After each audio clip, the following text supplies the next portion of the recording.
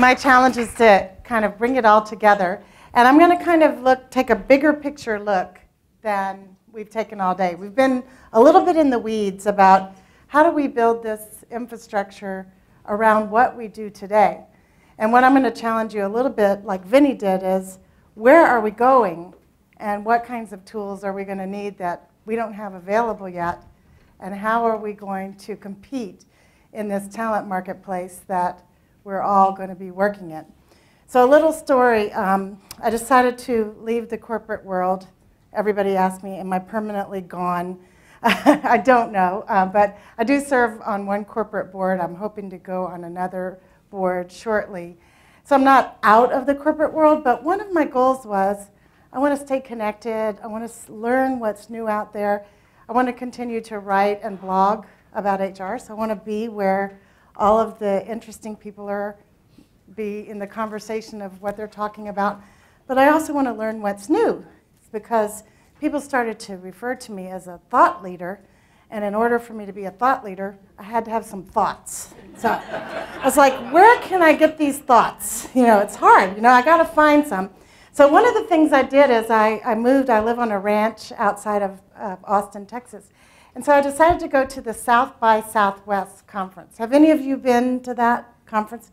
It's a conference like no other conference. It started with music and then film, and then a couple of years ago they added this interactive conference, and that's the part I went to. And it's kind of where all the young, hip, creative class people go. And it's not like you don't sit in a room like this in chairs and take notes in a seminar. They have different kinds of formats. They have core conversations, which is like people sitting around in a semicircle, sort of all contributing.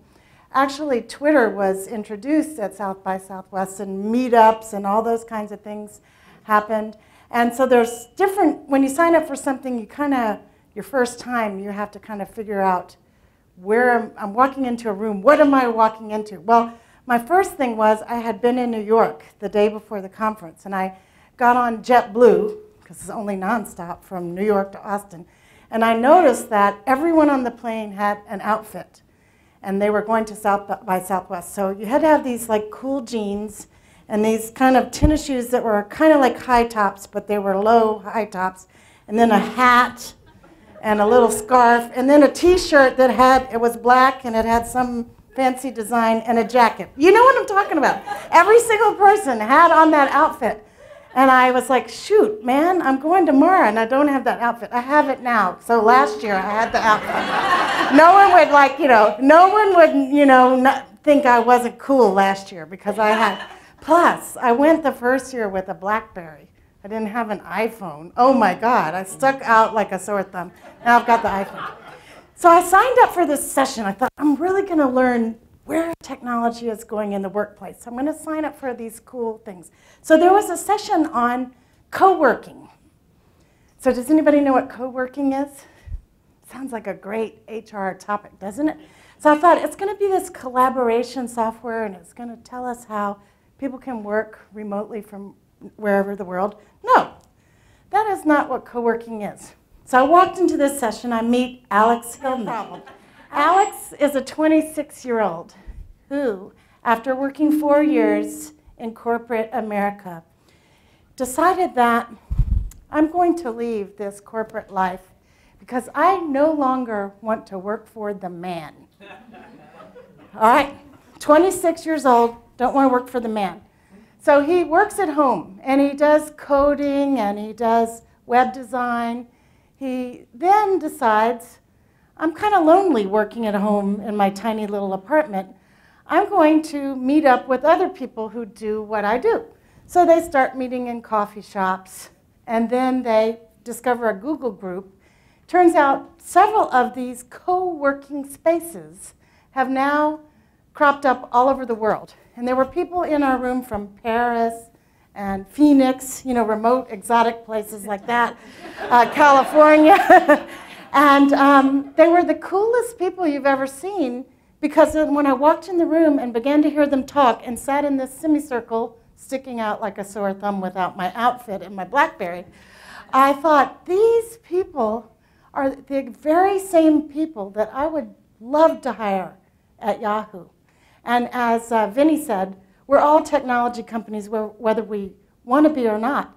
These were the innovative people, because what they were talking about is we meet at our co-working spaces in Santa Cruz or Seattle or Austin or Phoenix, and we meet other people and we collaborate, and we're beginning to build the infrastructures of companies. So I blogged about co-working, and sure enough, one of my former Yahoo co-workers said, I have started 3 startups since I left Yahoo, and every single one I have gotten my original team from a co-working space.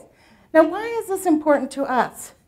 It's important because these people have already decided they don't want to work with us. Why not? They don't want to talk about a 3-week vacation or vesting or a benefits plan. I mean, after all, they can have a portable 401k on their own, a Roth IRA. Pretty soon they're going to have their own health care. And Alex, by the way, besides being a blogger and a web designer and now a coach and a mentor and a public speaker, he also has a hobby that he's absolutely as passionate about as he is about his work, and it's karaoke. And he has a van with his picture on the side of the van, and he drives all over the country singing in karaoke contests. So he doesn't want to work for the man because he would be limited from his hobby that he's equally as passionate about.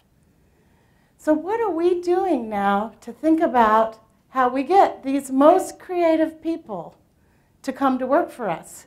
Because Alex would have made a perfect Yahoo, but he would never want to work for us. So that's where we're going next. And HR we've watched evolve from really an administrative job that I entered in the 70s to in the C-suite for most of us who are at the top of the company, to boardrooms, because I am actively interviewing and getting calls for boards of directors that say, we want an HR person on our board. And why is that? A good 30 to 40% of board work is executive compensation, talent review, succession planning, all the things that we know how to do. So this is great, but where are we going to go next? And what I'm here to say is we need to begin to think more like marketers. What Vinny shared was a lot of what I want to talk about, so I'll talk very quickly that technology is becoming sort of a consumer-driven, consumerism kind of a situation. But what I'm here to tell you is that Alex, or whoever that targeted talent that you have, is a consumer. They are a consumer of work. The product is, how am I going to spend my time and my life? And is it going to be exciting for me? Is it going to meet my needs? And by the way, is what I'm going to do going to be Facebook worthy? You know, I used to always strive when I was at Southwest Airlines, this is how old I am, I would say, I want to have the cocktail party effect. That was like when you went into the cocktail party and someone said, where do you work? And you said, Southwest Airlines, everyone went, ah, and they all wanted to come talk to you. Well, now it's the Facebook-worthy role. The day you put that company or that organization or that work you're doing on your Facebook profile and everybody goes, cool, that's what this generation is striving for. But it's not just Alex's generation, which is the same age as my daughter. It is the rest of us too, because whether we're Gen X, Gen Y, or baby boomers, we've wanted some of these things all along, but it wasn't available to us. It will be now with the new generation entering the workforce and demanding it. The rest of us are going to say, why not me? So if we say we've wanted this all along, we're going to be asking for it and demanding it. Now, work itself has evolved, of course, from working in the fields to the Industrial Revolution to moving into offices to now, work can be done anywhere, anytime. A lot of work, and we've already talked about that, so I won't go over that. But we talked about Alex, the man that never wants to work for you. Meet the worker that you may never meet. Vinny sort of alluded to this with crowdsourcing, but crowdsourcing is sort of volunteers that do work for you that you didn't really intend. Like a couple of weeks ago, my iPod started doing something weird. It started playing the same song over and over again. So I just put in the Google bar, iPod is playing the same song over and over again. Did Apple solve my problem? No. A blogger out there had really good instructions about how to get your iPod to stop playing the same song over and over again. Solved my problem. That blogger doesn't work for Apple, but that blogger is doing customer service for Apple because he or she is passionate about it. Well, this is Mechanical Turk, a new service offered by Amazon, and it's a way to make money by working on hits.